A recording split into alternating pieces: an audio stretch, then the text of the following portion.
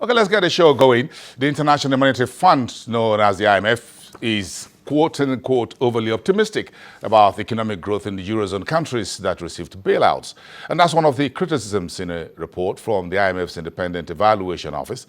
The report says the handling of the crisis raises issues of transparency and accountability. The office acknowledged, however, that the crisis posed, quote, extraordinary challenges to policymakers. The report, which looked at the bailout for Greece, Portugal and Ireland, examines the IMF's role in a crisis it was quickly drawn into. Now we look at China-Africa relations. Companies between China and Pan-Africa have signed deals worth more than 40, and that amounts to about $18 billion, and that was done in Beijing. The deals involving governments, departments, financial institutions, and industrial enterprises were signed at a seminar a day before a coordination meeting on Friday to deliver the outcomes of the Johannesburg summit of the Forum on China-Africa Cooperation. More than 400 participants from government agencies, financial institutions, business associations and enterprises attended the seminar on China-Africa Business Cooperation on Thursday and had in-depth discussions on China-Africa Industrial Capacity Cooperation, trade and investment facilitation, financial cooperation and other topics. The African side has lots of resources and has a growing market and needs technology expertise, and the Chinese side had this technology, has expertise, and also importantly has the political will. We need to have, apart from government to government discussions, but also in company to company discussions, more joint ventures, more public-private partnership. The seminar was hosted by the China Council for the Promotion of International Trade as a supporting event for the coordinators' meeting on the implementation of the follow-up actions of the Johannesburg summit of the FOCAC. The Chinese and African companies span the sectors of infrastructure, processing and manufacturing, finance, investment, energy, chemicals, agriculture, pharmaceuticals and ICT. The greatest concern of the African people is whether the resources can be more effectively developed. They also hope to achieve their goal of industrialization in a very steady way. These projects China signed with Africa are closely related with Africa's industrialization, and it's fully using its own mineral and agricultural resources. This is of great significance to the economic development in Africa. At the summit of the Forum on China-Africa Cooperation last December in Johannesburg, South Africa, Chinese President Xi Jinping announced 10 major China-Africa cooperation plans for the next 3 years, backed by $60 billion, including interest-free loans and preferential policies.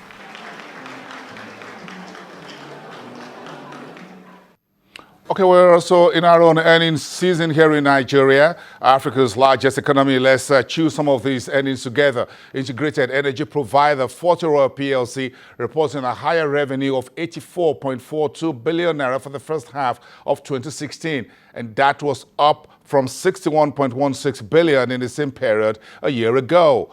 Forty Oil also posts pre-tax profit growth to 4.26 billion naira from 3.25 billion naira in 2015, while its operating profit for the period climbed to 6.84 billion naira. Earnings per share by the energy provider reported higher to 187 kobo for the period. Sticking with that sector, another listed oil marketer, MIS Oil PLC, a smaller cap company, says its half-year revenue climbed to 53.77 billion naira from 36.98 billion naira a year ago. Profit before tax climbed to 1.53 billion, while its operating profit for the period under review was 2.74 billion naira. A very surprising comeback in earnings per share for MIS from 15 kobo in 2015 first half to a whopping 358 kobo in the first half or the first 6 months of 2016. Let's go to South Africa, where the Financial Services Board said today it will look into a programming error that resulted in the GSC Group, which runs the stock exchange, to publish incorrect data about the trading of equities by non-residents. The technical error has raised concerns in the market and amongst fellow regulators. The Financial Services Board, known as the FSB, has assured the market that the agency is looking into the circumstances of and leading up and causes of the error and will be taking appropriate steps in that regard. Sticking with South Africa, an entrepreneur by the name Dillion Ferry has set up what he called Creative Nestlings. That's a think tank helping young African artists and innovators churn out new ideas. Creative Nestlings is a space where young people from disadvantaged backgrounds can come together to collaborate and share ideas. It's based in Cape Town. Creative Nestlings showcases the work of emerging writers, designers, photographers, musicians, and other artists. On any given day, you will find Dillion Ferry, his friends and colleagues seated around tables at Creative Nestlings, deep in conversation. Dillion and his wife Lunga started the company in 2011 to help young artists and innovators from disadvantaged backgrounds find their feet. Based in Cape Town, Creative Nestlings offers a space where its members can share ideas and collaborate with one another. The network attracts architects, producers, filmmakers, designers, photographers, bloggers, writers, musicians, and other creatives. Members pay an annual fee of 750 Rand.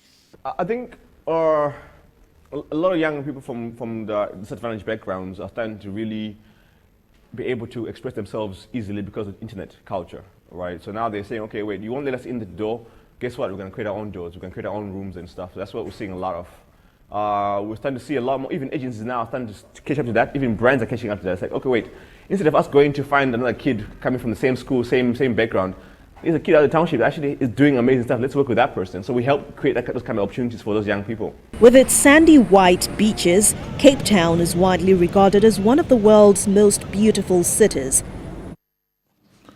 A similar entrepreneurship taking place in Nigeria. A contemporary brand by the name Ethnic is using locally created fabric known as Ashoke to produce fashionable shoes and bags.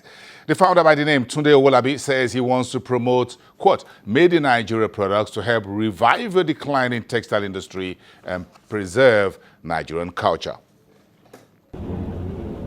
Tunde Owolabi, a budding fashion designer in Lagos, is selecting fabric designs for his shoe collection. The shoe line is inspired by Ashoke, a hand-loomed traditional fabric woven by the Yoruba community who come from southwest Nigeria.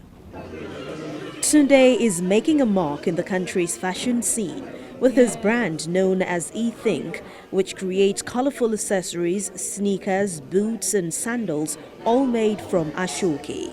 Tunde started his eThink brand a year ago.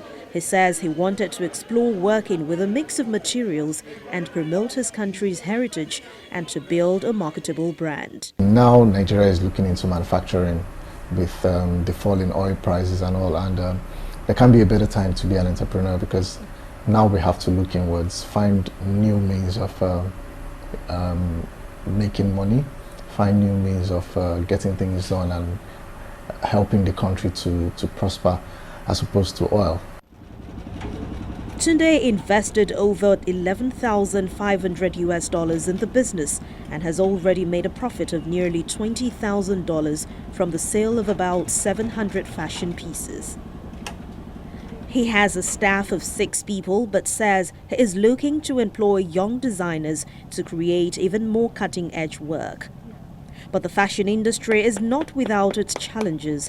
Doing business in Nigeria is tough, and breaking into mainstream fashion markets in Africa and abroad is difficult. Nigeria is going through its worst economic crisis in years due to a fall in global oil prices. The government wants to wean itself off of oil and is encouraging local businesses to grow. We need to keep our feet on the ground properly. You know, when we've overcome the hurdle of manufacturing, because it's still a bit of a puzzle for us. Sometimes you get the materials, sometimes you don't, and then you have to start looking for alternatives and how to balance it out. But once we're able to cross that hurdle, and we know that we can get the kind of materials we want readily available to us without breaking the bank, then we can start to produce things that will rival the international market. I think items are sold for between $27 to $50 each. He's on the right way, he's in the right path in terms of the fabric and the materials he sourced in this country. We'll be back in 1 minute.